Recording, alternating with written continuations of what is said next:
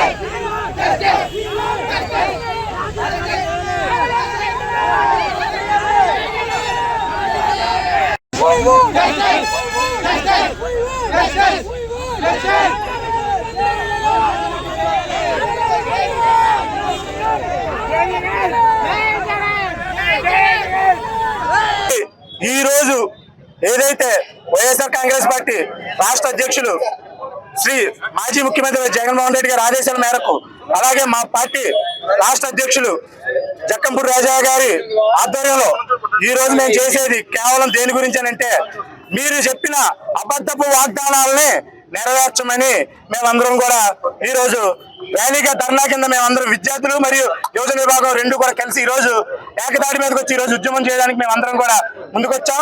దీన్ని ఈ రోజు కూటమి పార్టీ ప్రభుత్వం మేము ఒక హెచ్చరిక జారీ చేస్తున్నాం.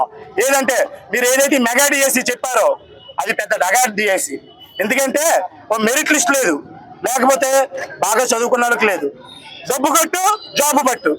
రేపొద్దున్న గవర్నమెంట్ స్కూల్స్ లో విద్యా వ్యవస్థని మీరు మొత్తం నిర్వీర్యం చేసి ఈ రోజుకే గవర్నమెంట్ స్కూల్లో పిల్లలు లేని పరిస్థితి. రేపు మీరు ఇటువంటి ఉద్యోగాలు వేస్తే రేపొద్దున అవి కూడా ఖాళీ అయిపోయే పరిస్థితి ఉంది.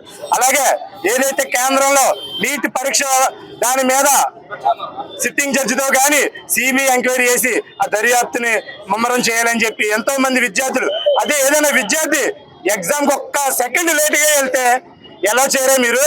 మీ రూల్స్ అంత కఠినంగా ఉంటాయా? అటువంటిది మరి ఒక పేపర్ లీకేజ్ అయిందంటే ఈ ప్రభుత్వం ఎంత వైఫల్యం చెందుతుంది అనేది ఈ రోజు జనాలందరూ కూడా క్షుణ్ణంగా చూస్తున్నారు.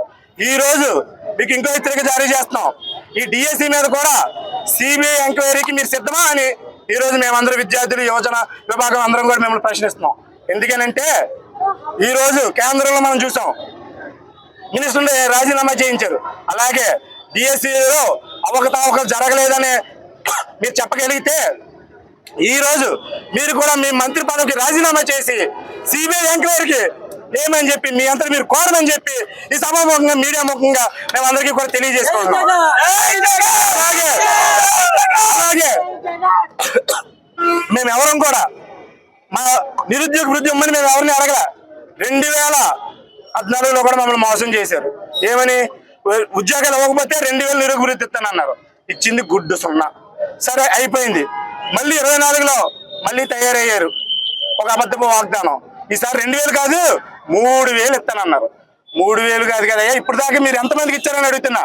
ఇప్పటికి మీ గవర్నమెంట్ వచ్చి 25 నెలలు కావచ్చింది. అంటే ఒక్కొక్క నిరుద్యోగ వృద్ధి మనిషికి 75,000 వరకు మీరు బాకీ పడ్డారని చెప్పి ఆ బాకీని కూడా ఎప్పుడు తక్షణమే రిలీజ్ చేయాలని చెప్పి మేమందరం కూడా ఈరోజు తెలియజేసుకుంటున్నాం.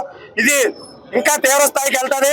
ఎప్పుడు మేము మంత్రి మినిస్టర్ నారా లోకేష్ గారిని రిజైన్ చేసేంత వరకు కూడా యువజన విభాగం విద్యార్థి విభాగం కూడా పోరాటం చేస్తూనే ఉంటుందని చెప్పి, అలాగే మరోసారి ఏదైతే జరిగిన నీటిలో అవకతవకలు జరిగితే దాని మీద పోరాటం చేసిన ఆ కాంగ్రెస్ పార్టీకి కూడా ఎప్పుడు వైఎస్ఆర్ కాంగ్రెస్ పార్టీ మద్దతు ఉంటుందని చెప్పి కూడా ఈ సభాముఖంగా తెలియజేసుకుంటూ ఇక్కడికి విచ్చేసినటువంటి ప్రతి ఒక్కరు కూడా నమస్కారం. అందరూ నమస్కారం. నా పేరు కంటా రాహుల్. నా student wing state secretary YSRCP party తరఫున. మరి ఈ రోజు మనం చూసుకున్నట్టయితే ఏదైతే డిఎస్సీలో ఎంతైతే అక్రమాలు జరిగినాయో ఈ రోజు మనం అందరూ చూస్తున్నాము. మరి ఏదైతే నారా లోకేష్ వాళ్ళ టీం కలిపి ఈ యొక్క డిఎస్సీలో వచ్చిన ఎవరికైనా మెరిట్లు వచ్చినాయో వాళ్ళని పక్కన పెట్టేసి వాళ్ళు ఏం చేస్తున్నారంటే ఈ యొక్క పదవుల్ని వాళ్ళకి కావాల్సిన వాళ్ళకి మనుషులు